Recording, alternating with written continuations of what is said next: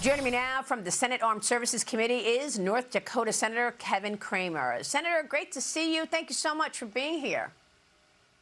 Always my pleasure. Thank you, Maria. And, of course, North Dakota is home to Minnow Air Force Base, where B-52 bombers are stationed. They've been taking part in this Operation Epic Fury. Do these bombers and the rest of our fleet have enough missile capacity if this conflict with Iran stretches on? How would you assess our stockpiles? Well, Maria, we've always been concerned about the stockpiles, which is part of the reason that we've had to, in some respects, be very careful how we ration out support even for Ukraine, right? But I think Secretary of War Pete Hegseth did a good job in that clip that you just played from Wednesday, talking about the transition from the long-range standoff missiles to now the more gravity bombs, the precision gravity bombs and other weapon systems that we have a lot of. And but we are also in a moment when the demand signals for weapons and munitions are such that the meeting in the White House that you talked about becomes all the more important, so that our primes, as well as more of our recent entrants into the market, shall we say, and even some startups, have the opportunity with these drones and the advancements of technologies to play a role and to sort of both spread the opportunity and spread the burden.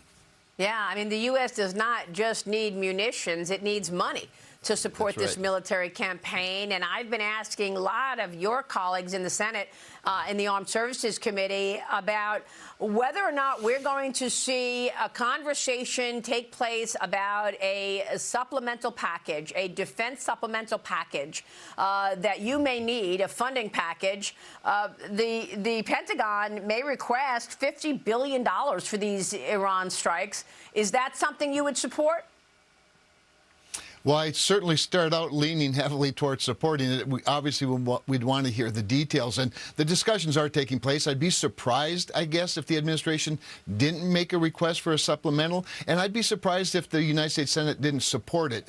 And I know we've had some very clear partisan rhetoric as well as partisan votes on things like the War Powers resolution. However, when it comes to supporting the men and women that are fighting these fights, that wear the United States uniform, Republicans and Democrats are largely supportive. Now, they have, the administration has to make a strong case for it, and it may be part of a larger package, because we're at that moment now where we're anticipating the president's 2027 budget for defense. We know it's going to be a large number. How that's going to be presented, whether, how much of it would be a supplemental, how much of it would be, of course, next year's clear budget baseline, and then what might be part of a reconciliation package. I don't know, but the price signals are clearly there, and we have an industry ready to step up. And the president's, and by the way, Deputy Secretary of War Steve Feinberg, is doing an incredible job of keeping all of this together, working on reforms for acquisition and procurement, and putting the patriotic trip on our big companies as well as small. So it's all hands on deck right now, and I think it's a grand opportunity to restock with more modern weapons. Well, the president has called for a $1.5 trillion budget for defense. Would you support that? And also, specifically, do you have an understanding of where the money would be allocated? What specifically do we need? Yeah, that's a great question, Maria, because one of the things, and by the way, would I support $1.5 trillion? I absolutely would. In fact, I've encouraged him to go that high.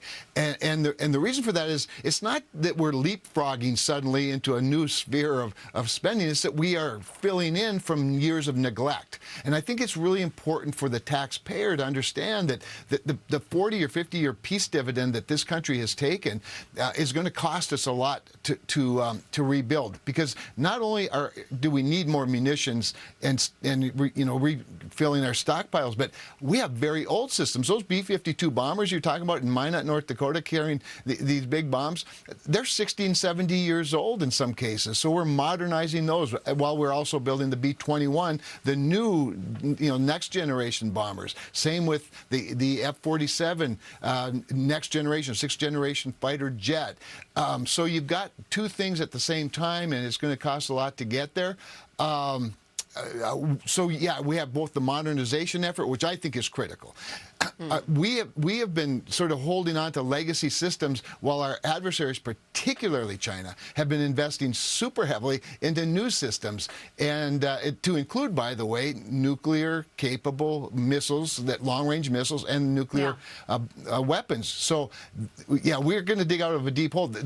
In fact, with regard to intercontinental ballistic missiles, the Minuteman III, that we also have at Minot, those are also 60, 70 years old, and they're really long past their life cycle in many cases. We've done a good job of maintaining them, but we are replacing them, of course, with the new Sentinel. So we're at a moment where we're catching up to years of neglect.